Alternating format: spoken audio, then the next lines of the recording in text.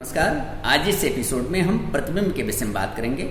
देखिए, वस्तु से चलने वाली प्रकाश किरणें लेंस से अपवर्तन के पश्चात या दर्पण से परावर्तन के पश्चात जिस बिंदु पर मिलती हैं या मिलती हुई प्रतीत होती हैं, तो ऐसे बिंदु को हम प्रतिबिंब कहते हैं। विज्ञान में प्रतिबिंब दो प्रकार का होता है, वास्तविक प्रतिबिंब और आभासी प्रतिबिंब। यदि वस्तु से चलने वाली प्रकाश किरणें लेंस से अपवर्तन के पश्चात या दर्पण से परावर्तन के पश्चात वास्तव में किसी बिंदु पर मिलती हैं, तो बनने वाला प्रतिबिंब वास्तविक प्रतिबिंब कहलाता है।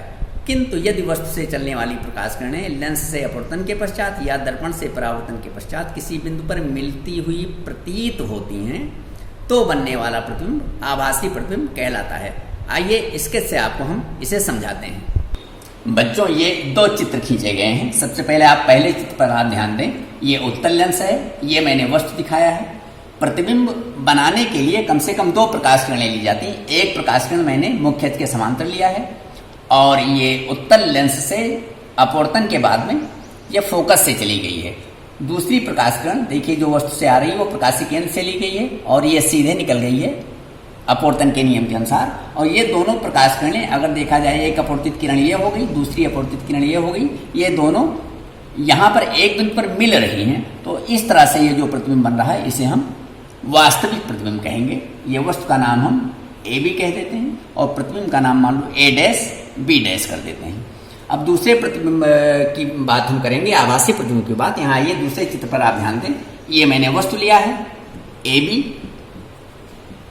एक प्रकाश किरण मैंने मुख्य अक्ष के समांतर लिया है जो कि अपवर्तित हो गई है, इस तरह से अपवर्तित हुई है कि ये फोकस से आती हुई प्रतीत हो रही है। और दूसरी प्रकाश किरण मैंने प्रकाशीय केंद्र से लिया है जो सीधे निकल गई है। अब ये प्रकाश किरण जो है मुख्य अक्ष के समांतर वाली यहाँ चली गई है।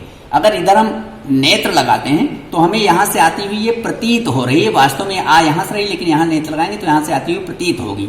तो और एक दूसरी प्रकाश किरण ये होगी, तो ये दोनों यहाँ पर मिल रही। इस तरह से ये जो प्रतिबिंब बना है ये आभासी प्रतिबिंब है।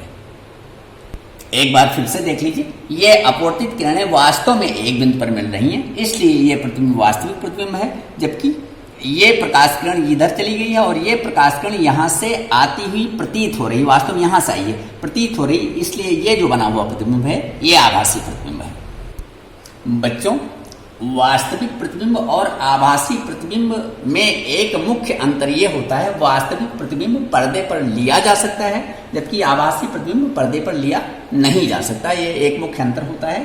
अब गृहकार्य मैंने दिया है, 3 प्रश्न दिए हैं। इस वीडियो को देखना, चीज़ों को अच्छी तरह से समझ के इस गृहकार्य को करना और अपनी कॉपी का फोटो खींचकर हमारे व्हाट्सएप पे डाल देना। धन्यवाद।